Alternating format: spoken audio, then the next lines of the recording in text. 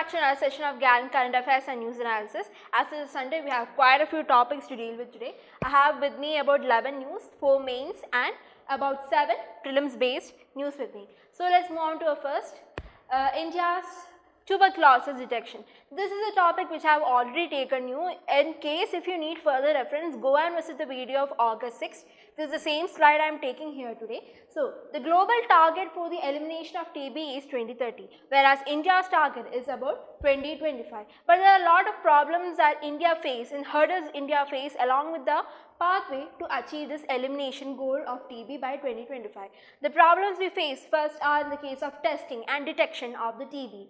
Now, as per the WHO Global TB report, about 40% of 10.6 million people there exist who developed TB in 2021 were not diagnosed. Out of this 40% of 10.6 million people, 67% of people is comprised from people from India, Indonesia and Philippines. These 67% of people from these three countries were the number of people with TB being diagnosed in 2020.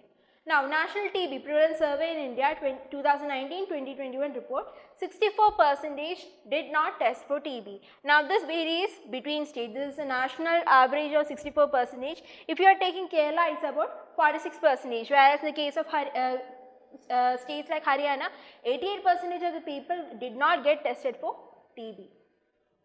Now, in my last class, I just told you about the difference between the sphere microscopy versus the molecular testing. So, sphere microscopy is basically testing based on a swab. You take that content or whatever it is in a swab and then test it under a microscope. But this method does not tell you more about the rifampicin, which is a multi-drug resistant type of tuberculosis. This cannot be identified if you are using smear microscopy. But if you are coming to molecular testing, that is this equipment you see here, molecular testing, you can identify the rifampicin just immediately itself. Now, this sphere microscopy, there is 50% sensitivity, which means that the result which we get is not accurate because we cannot detect such rifampicin in it. In India, we majorly depend upon sphere microscopy. If you are taking 100% of people who did the testing, 77% of people were done via the sphere microscopy, whereas only 23% of people were actually done via molecular testing. That is what is actually mentioned here. So, as per the National Strategic Plan for TB Elimination, even if there is a boost in this molecular testing, there boost from about 40,000 to about 13.4 million of people were tested using this molecular testing, but still there is no decrease in the amount used for the sphere microscopy. That is a major concern. So, even as per WHO guidelines, the molecular testing has been recommended for usage in testing of a TB patient. Now, as per today's news, whatever target that India has kept is like the article is saying that it is near impossible to achieve the complete elimination of TB by 2025 if still India is stuck in using sphere microscopy.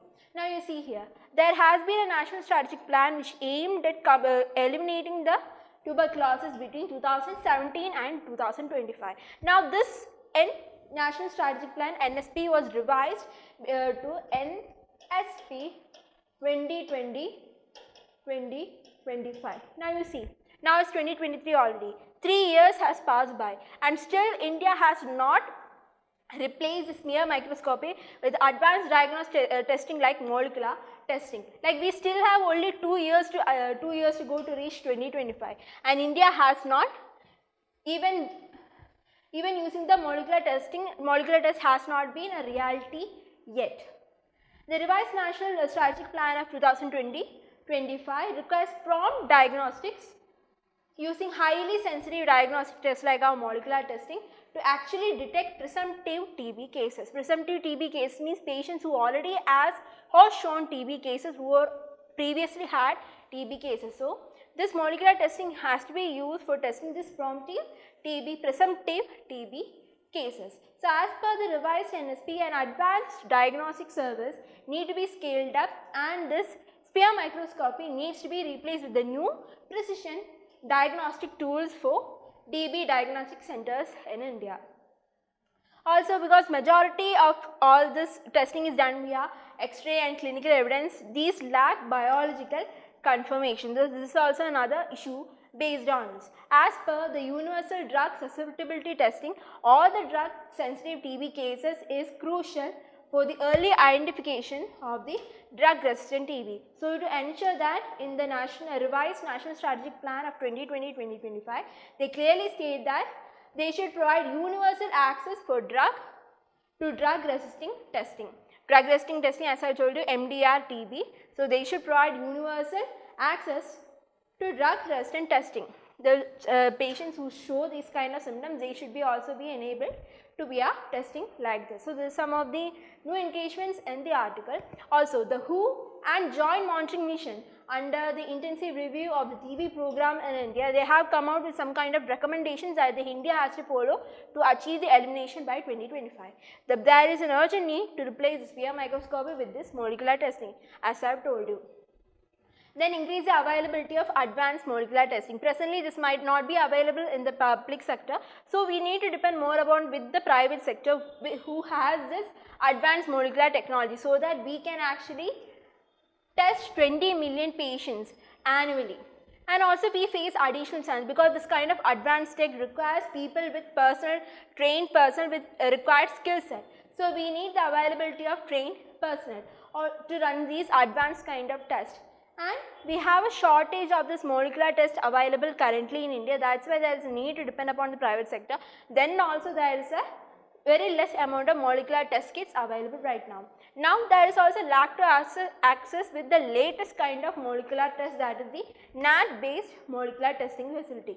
And there is another case because we are not able to find the real amount of cases, that the health institutions are not able to find the real amount of cases that person in India. So, these are some of the challenges that way we need the trained personnel, we lack molecular testing, we lack the advanced version of this molecular test, and we lack the health institutions from where we can actually identify the cases.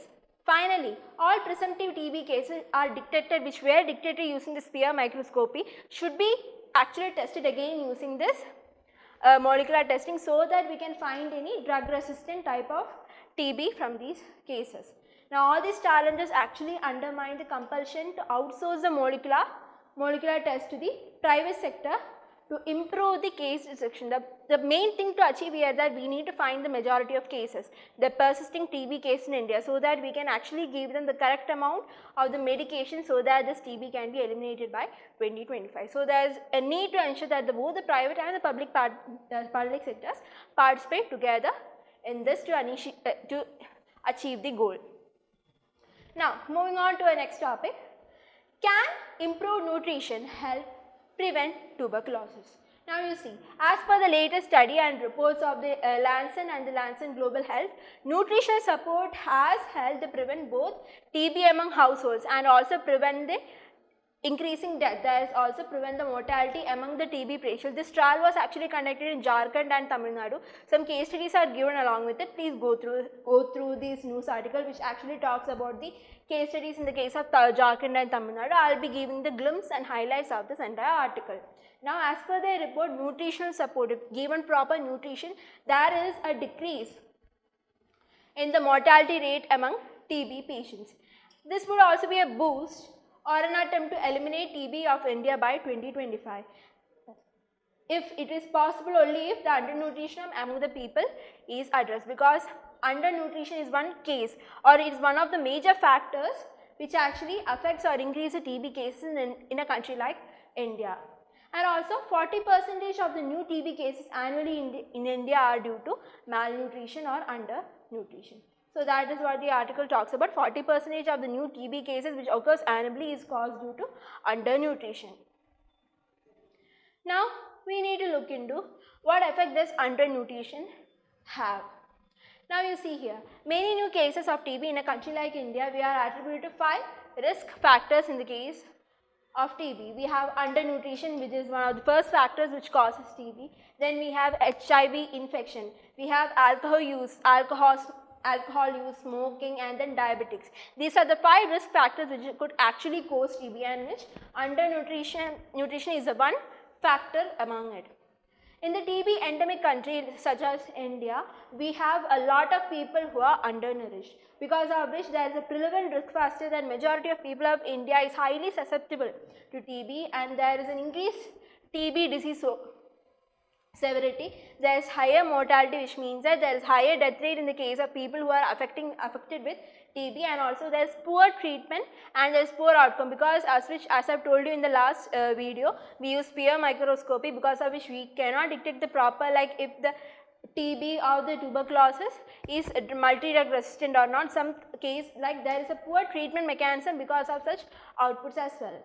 Now, for each unit reduction of a body mass index, I told you, ideal is between 20 to 23. So, if this BMI reduces, with each reduction in the BMI, there is an increased chance of getting 14% increased chance of getting tuberculosis.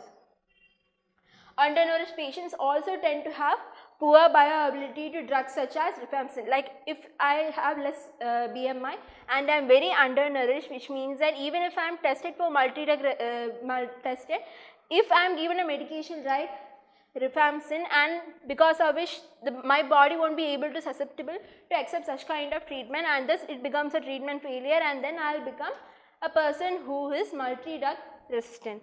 So, this is a very huge case, because we need to improve the nutrition, and as per the reports, nutrition is tend to help reduce the TB cases and help person more healthier. So, there is an increase in initiative that the government has to take to provide nutrients to the people. We have such schemes like Nikshay Poshan Yojana and Nikshaya Mitra.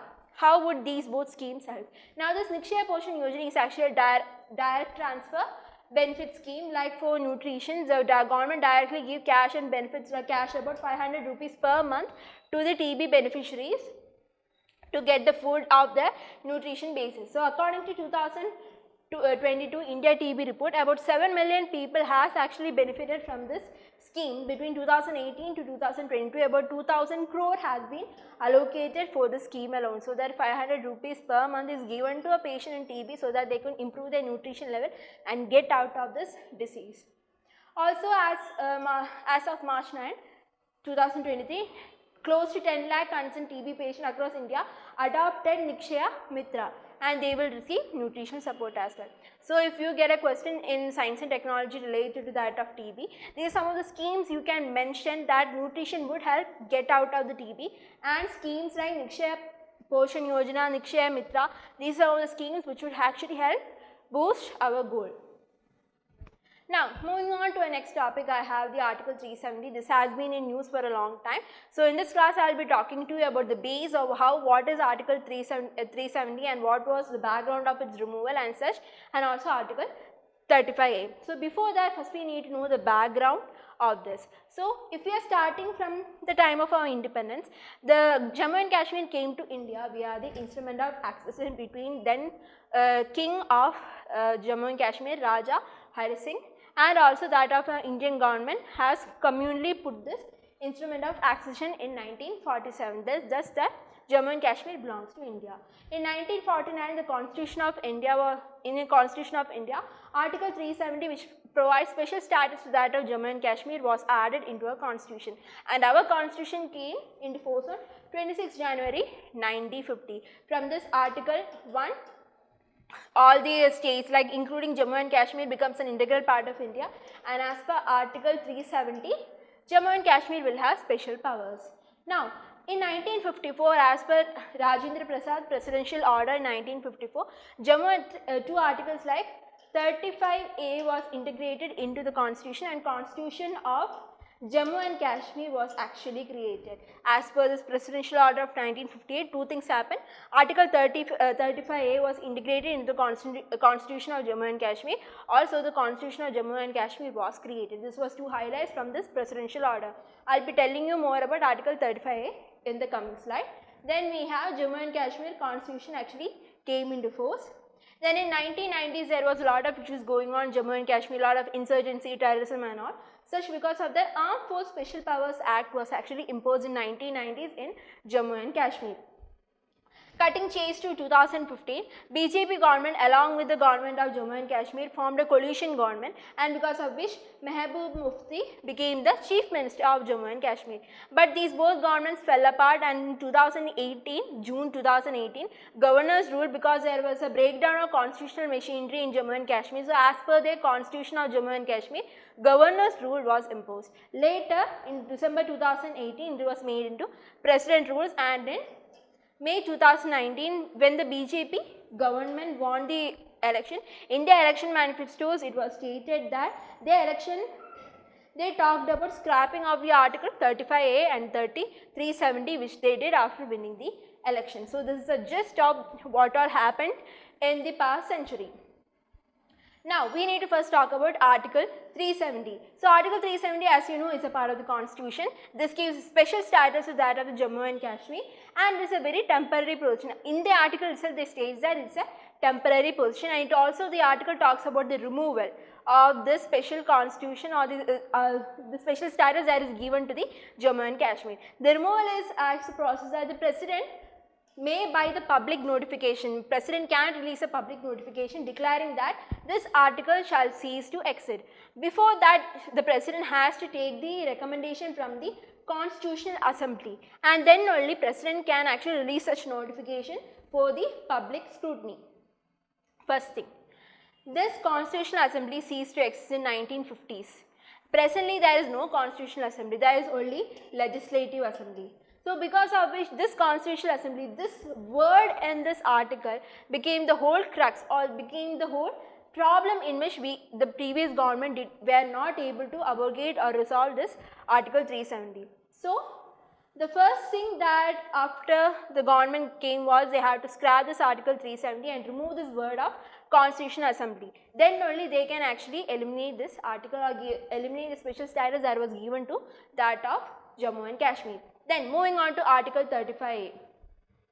The 35A article is present in the Constitution of Jammu and Kashmir. Now, the laws are applicable. Now, whatever laws that are applicable in India, not all laws that are applicable in other states are not applicable in Jammu and Kashmir.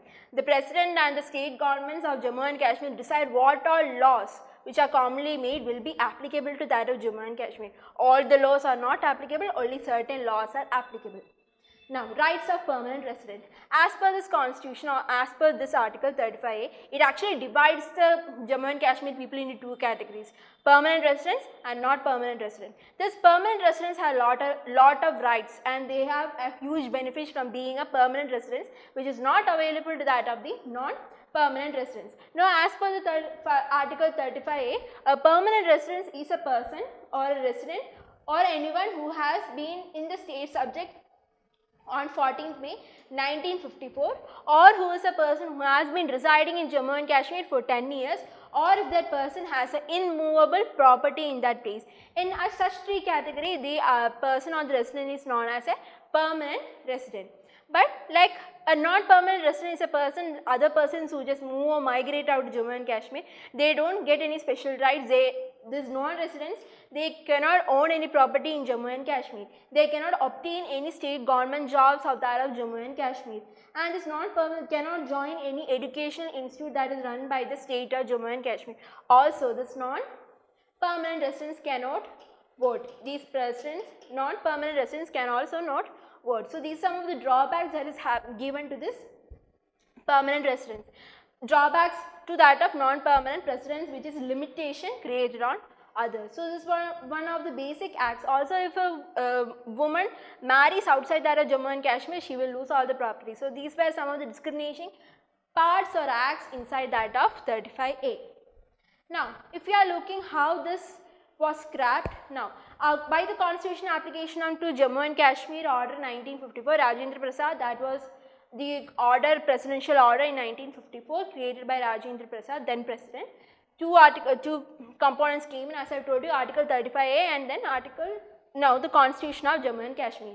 Now, in 2019, former president enacted the presidential law stating the constitution applicable to Jammu and Kashmir, application to Jammu and Kashmir Order 2019, in which the first thing he did was override the Presidential Order of 1954. By this act overriding the Presidential Act of 1954 means that both this will be scrapped. There won't be no Article 35A and there won't be no constitution for Jammu and Kashmir. Then rendering the operation of Article 370. That was another agenda mentioned under this bill, which was actually opened up by the Home Minister. Now, as per this Article 367 is an interpretation of Article 373, by which there was a clause 4 was inserted and it replaced the word Constitutional Assembly with Legislative Assembly. As I have told you, in the Article 370 there was a key term which was actually rendering the process, that was the Constitutional Assembly. Now with this clause 4 of Article 367, which is actually interpretation of Article 373, this Constitutional Assembly word will be replaced with Legislative Assembly. It also, Home Minister also talked about a Jammu and Kashmir reorganization bill. According to it, Section 3 will include new union territory which is created for Ladakh, which will have Leh and Kargil, and another Section 4 which makes Jammu and Kashmir into a separate union territory. That it's more like bifurcation. Jammu and Kashmir and Ladakh will be created as two separate union territories. That was mentioned under the Jammu and Kashmir reorganization bill. So this is the highlight or key of how and what happened in the case of both these bills. Now, we need to compare before and after how this has actually impacted the whole over India or just Jammu and Kashmir. Earlier there was dual citizenship, now there is only single citizenship. There is no special powers that is given to that of Jammu and Kashmir. Now all the laws which is applicable in the entire India, even the emergency provision, national emergency, financial emergency, everything is applicable now to Jammu and Kashmir. Now separate flag, there is no separate flag now, everybody will be coming under the tricolor flag of India. There was reservation for minorities. Earlier there was no reservation for minorities. Now the reservation status of minorities is applicable to Jammu and Kashmir. The Constitution of India would apply. Last time it was Constitution of Jammu and Kashmir alone. It was very separate and there is no integration with Constitution of Jammu and Kashmir with India. Now the Constitution of India will be applicable to Jammu and Kashmir. As I have told you, a woman, if they marry out of the state, they will lose their property. Now they can actually marry out of the state and they won't lose their property. Also, such prohibitions like people can't buy land and such has been removed. So this has been a key highlight of what happened before and after removing the articles. Now that's it. Now presently some legal cases happening in the court about the removal of Article 370 and such. We will know its conclusion coming in the future. So this is some of the base which you need to know. What is Article 370, 35A, how it has revolved around our Indian Constitution, how it was removed, and what are the before and after criteria created by this abolition of the Article 370. Now moving on to our next topic, we have National Manuscripts Bill of 2023. Now as per this bill, what the government aims to do is that they want to actually document and catalogue a lot of the Indian heritage texts. Now these manuscripts are present in India over like centuries or centuries. So there is actually an initiative by the government to preserve them, to digitalize them, so they are available to a lot of people. But the problem is that many of these manuscripts are not just in India. There are some with some private collectors, some in museums, some even abroad. So there is a problem of identifying these manuscripts in India. The bill also talks about creating a 10-member body called the National Manuscripts Authority. Now presently, as per the National Mission for the Manuscripts, this was a mission that was created in 2003, which is an autonomous body under Cultural Ministry. Now as per the NMM, they have found that estimated that India has about 10 million manuscripts in about 80 ancient scriptures like Brahmi, Kharosti, Lepcha, Maithili, etc. In 80 ancient languages, there are about 10 million manuscripts that is present in India. So now we need to deal first what is manuscripts. I will tell you a basic. Then we need to deal the body, what is National Manuscript Authority and what is National Mission for Manuscripts and what are the challenges faced along with it. In the manuscripts are written, as you know, if you see in this picture, it is written. This is ancient because in the back then we didn't have paper and such, so people used to write in the bark of trees or in clothes or in the palm leaves. So they are called manuscript. The themes can range from anything: history, literature, craft, art, astrology, agriculture, practice and such are actually inscribed in it. 75% of the manuscripts which are found in India is based on Sanskrit and around 25% is found in other regional languages in India. As I have told you, NMM have digitalized about 3.3 lakh manuscripts, and more than 1.18 lakh manuscripts has been uploaded on it, but we only get about 70,000 has been applicable for public access. Now, National Manuscript Authority, I told you, is a 10-member body. It's an apex body, policy making body in India. They deal everything regarding to digitalization, conservation, presentation, editing, publication of these manuscripts. It is shared by the Cultural Ministry, because this body comes under the Ministry of Culture, and their other members include secretaries of the culture, finance, education, vice chancellor of central Sanskrit universities and such. They will have the power of a civil body, civil court. They could regulate the allocation access of these manuscripts. They will also have an investigation wing for purpose for conducting if this manuscript was stolen or desecration of the text of the manuscript. They can also collaborate with other universities, education institutes, and give scholarships to students who are interested in studying about manuscripts. They can also create a dedicated digital portal exclusively for indexing, cataloging, uploading and downloading of these manuscripts. This body also has the right to take away the manuscripts which are under the private owners. But they have to give a compensation for it, but they have the right to take it from the private players. Now, about National Mission for Manuscript, which was created in February 2003, their main aim, it's an initiative to unearth, collect and preserve the vast trove of manuscripts possessed by the India. As I have told you, NMM has covered about 10 million of that of 10 million manuscripts. Now, this is the largest collection of manuscripts in the entire world.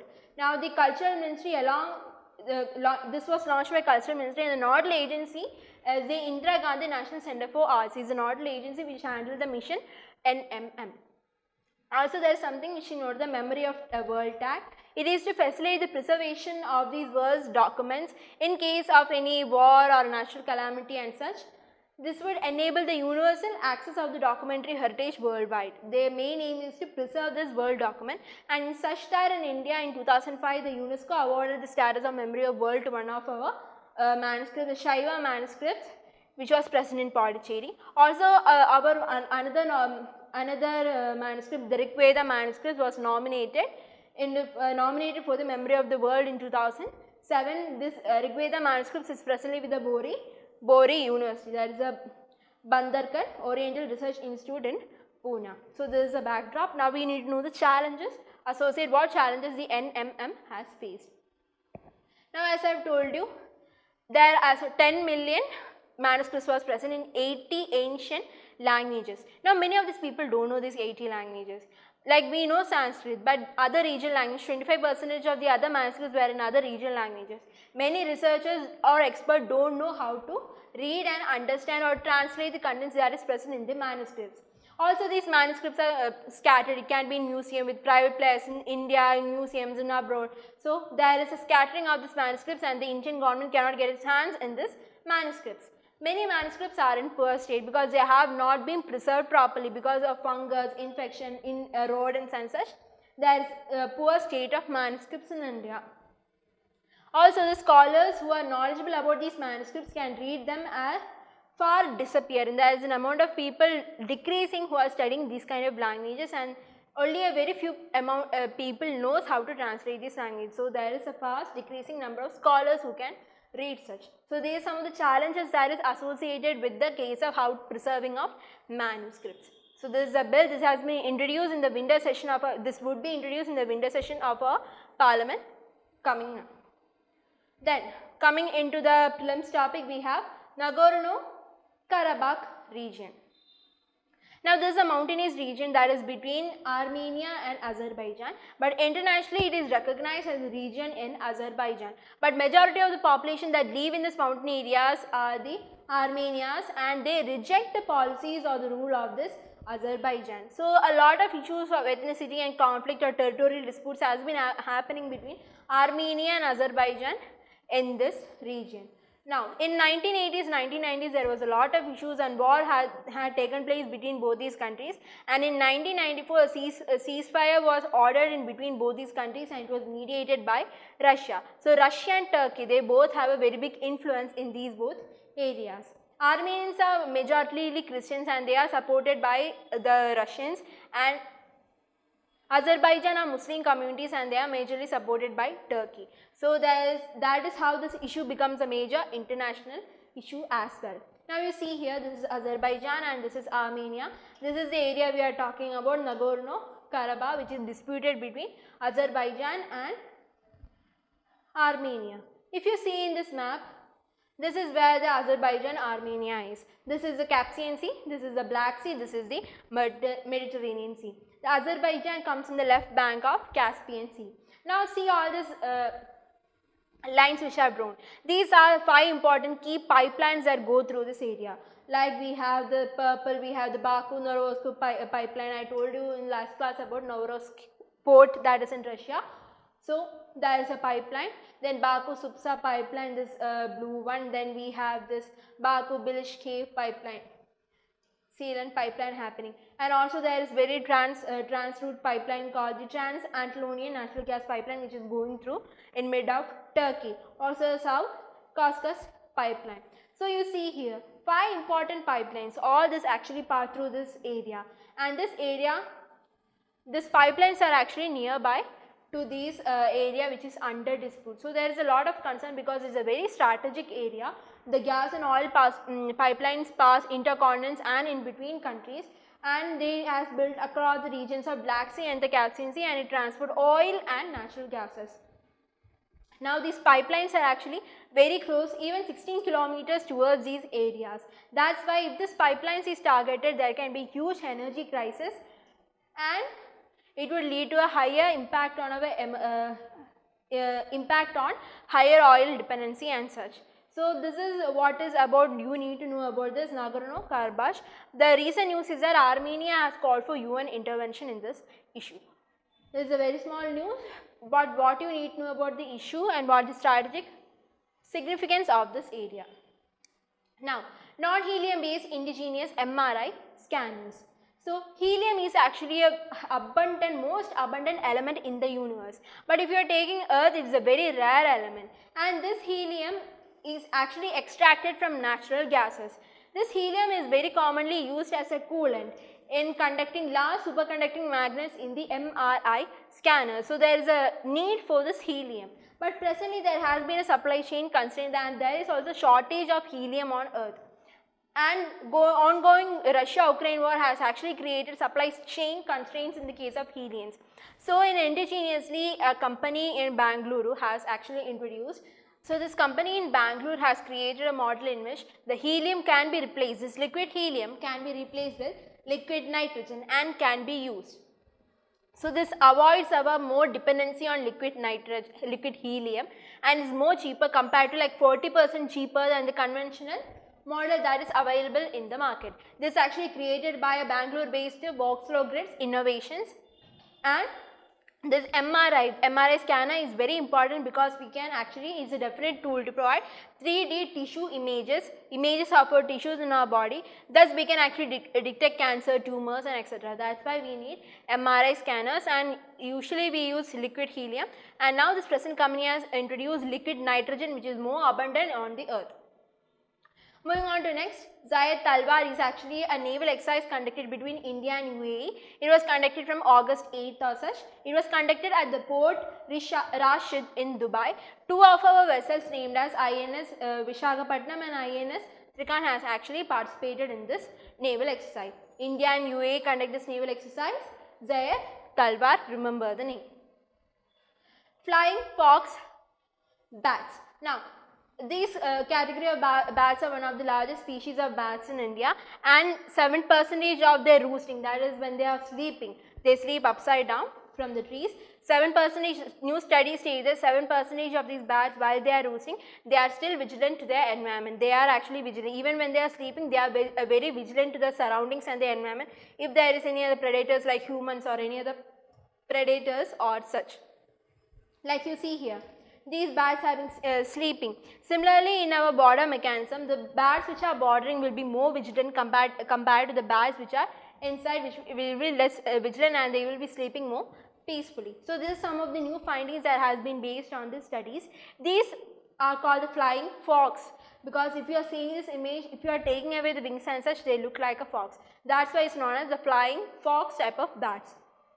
They actually drink nectar and they are fruit eating type of flying fox bat.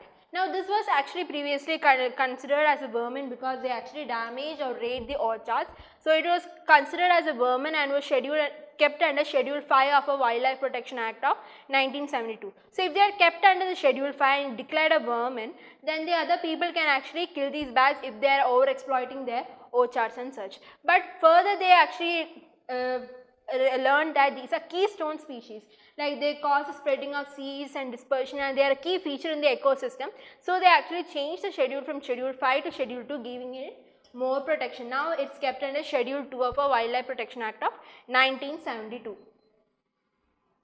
Now moving on, Numa Advanced Landing Ground. You see here the Numa is in Ladakh. This is the Pangang Lake. This area is the Pangang Lake. This Numa is actually south to that of the Pangang Lake. So there is only a small strip of land there which could actually land helicopters or such. So they are going to create a landing which is advanced so that the other fighter jets such as Chinook, Tejas, such cannot land in this Numa, and this is very close to that of Pangang So Lake clash where the clash took place between India and China in 2021. Now DBO, that is the Daulat Begi Old Road, and this Phukche, these both already have advanced landing sites. Majority of the land sites created here was by British. Now India is kind of revamping all this existing airstrips. This DBO, this Daulat Begi Old Road and Phukche already has advanced landing, and now we are developing it in Numa. Moving on, we have Kanchipuram Sarees. Traditionally, this Kanchipuram Sarees comes from the Tamil Nadu place called the Kanchipuram. They are actually hand-woven mulberry silk and has pure gold or silver zari that is actually woven along with it.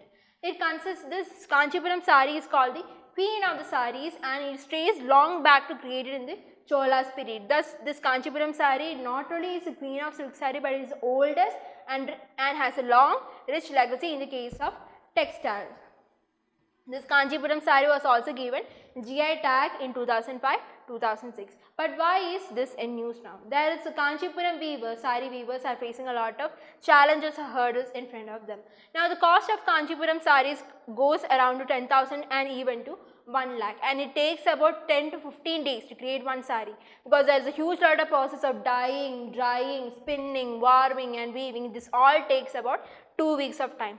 Now with the increased competition, we have like ready-made clothes and textiles available. There is a new shift in fashion trends and such, because of which nobody is buying these anymore. Nobody is willing to actually wait 2 weeks and purchase it. Everybody is interested in buying artificial Kanchipuram silks, which is actually more cheaper and available ready-made everywhere. So because of which these people are actually losing their job and losing their livelihood as well. During the pandemic time, like usually if you are going to buy Kanchipuram sarees, you would have to visit the Kanchipuram area, then have a deal with them, and then come with Kanchipuram sarees. But due to COVID, there has been a lot of restriction in the movement, and the number of buyers actually reduced to 0. Number of people actually visiting Kanchipuram to buy this has reduced to 0. Now today most of the handloom weavers which are present there are mostly older or middle-aged people, and they are stating that with end of their generation this would also close down, or they will lose their culture, because none of the younger generation of people are interested in taking this weaving, because there is no profit and nobody is interested in buying such. So what their issue is that the Tamil Nadu government would actually prevent the extinction of such craft. So it's a more kind of plea to the Tamil Nadu government to preserve this craft. On last, we have the Nehru boat race. Now this is a very popular Vallam Kali. It's called the Vallam Kali or boat race, that's in Kerala. It is conducted usually on the second Saturday of August every year. It is conducted in Punnamada Lake near Alappuzha in Kerala. This is the most popular event of race of competition. It's called the Chundan Vallams, or also called the snake boat. So it's also called as the snake boat race. It is organized by the Nehru Trophy Race Society under the guidance of the district administration, and Vembanadu is the longest lake in India which spans several kilometers in Kerala, and is also known as the Punnamada Lake in Kuttanad. So this is a more glimpse of this is how the boat race looks. A lot of people in boat. It's called the snake race also in Kerala, which is conducted in Punyamada Lake. So that is it for today. It has been a very lengthy session, so I haven't kept any practice question. So please revise this topic and please watch the video till the end. Thank you. Have a nice day. We will be seeing again tomorrow. You can get the PDF from our Telegram channel, Gallant IAS Official. Thank you and have a nice day.